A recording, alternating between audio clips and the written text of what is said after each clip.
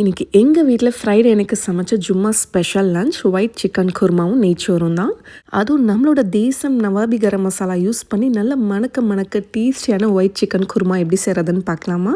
இப்போ பேனில் எண்ணெயும் நெய்யும் சேர்த்துக்கோங்க. அடுத்தது பட்டை, கிராம்பு, ஏலக்காய் சேர்த்துக்கலாம்.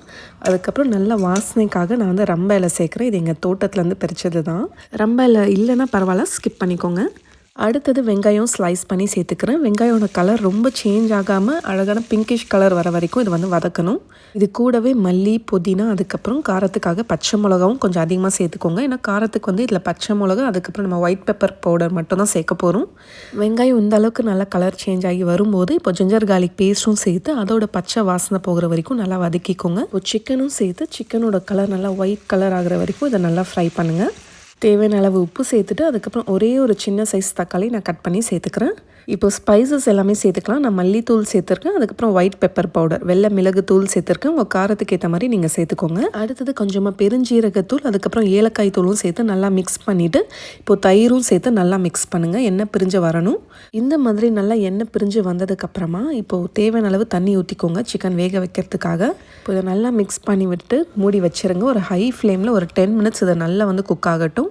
ஒரு 6 முந்திரி பருப்பு, ஒரு 6 பாதாம் சுட தண்ணியில் போட்டு நல்லா தூள்லாம் எடுத்துட்டு இப்போ மிக்ஸி ஜாரில் ஒரு 1/4 கப் அளவுக்கு தேங்காய், இது கூடவே பாதாமும் முந்திரி பருப்பும் சேர்த்து கொஞ்சமாக தண்ணி ஊற்றி இதை நல்லா ஃபைன் பேஸ்ட்டாக அரைச்சி எடுத்துக்கோங்க. இப்போ குழம்பு நல்லா ஒரு 10 நிமிஷம் கொதிச்சதுக்கு அப்புறமா இப்போ நம்ம அரைச்ச அந்த தேங்காய் பேஸ்ட்டும் சேர்த்து நல்லா மிக்ஸ் பண்ணுங்கள்.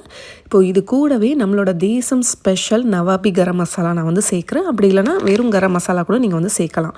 இது வந்து ரொம்ப ஸ்பெஷல். இந்த மசாலா ஜஸ்ட் 1 டீஸ்பூன் சேர்த்தாலே உங்கள் குழம்பு அப்படி மணக்கும். இதுலேயே நாங்கள் வந்து கசகசா, முந்திரி பருப்பு, இன்னும் கொஞ்சம் ஸ்பெஷல் ஸ்பைசஸ் எல்லாமே சேர்த்து அரைச்சிருக்கோம். இது மட்டும் இல்லை, நம்ம கிட்ட ஸ்பெஷல் ஆத்தென்டிக் முஸ்லீம் ஸ்டைல் கரம் மசாலாவுமே இருக்குது. இந்த மசாலாலாம் நீங்கள் ஆர்டர் பண்ணணும்னா நம்மளோட வெப்சைட் மூலமா நீங்கள் ஆர்டர் பண்ணிக்கலாம், desamfoods.com.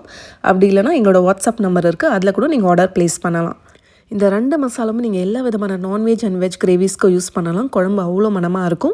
கண்டிப்பாக ட்ரை பண்ணி பாருங்கள். தேங்காய், நட்ஸ், அதுக்கப்புறம் நம்மளோட நவாபி கரம் மசாலா எல்லாம் சேர்த்ததுக்கப்புறமா அப்படியே சிம்மில் ஒரு 10 நிமிஷம் வச்சிங்கன்னா இந்த மாதிரி எண்ணெய் நல்லா பிரிஞ்சு வந்துடும். இப்போ கேஸ் ஆஃப் பண்ணுறதுக்கு முன்னாடி ஃபைனலாக இந்த ஒயிட் குருமாவோட டேஸ்ட் இன்னும் கொஞ்சம் என்ஹான்ஸ் பண்ணுறதுக்காக நான் ஒரே ஒரு டீஸ்பூன் கேவடா வாட்டரும் சேர்க்குறேன். அப்படி இல்லைனா நீங்கள் ரோஸ் வாட்டர் கூட சேர்க்கலாம். நம்மளோட தேசம் மசாலா ஒன்று அவ்வளோ ஃப்ளேவர்ஃபுல்லாக இருக்கும். எந்த குழம்பு வச்சாலுமே அவ்வளோ மனமாக இருக்கும். என்ன சமைச்சாலும் டேஸ்ட் நெக்ஸ்ட் லெவலுக்கு கொண்டு போகணுன்னா கண்டிப்பாக நம்மளோட தேசம் மசாலா ட்ரை பண்ணி பாருங்கள்.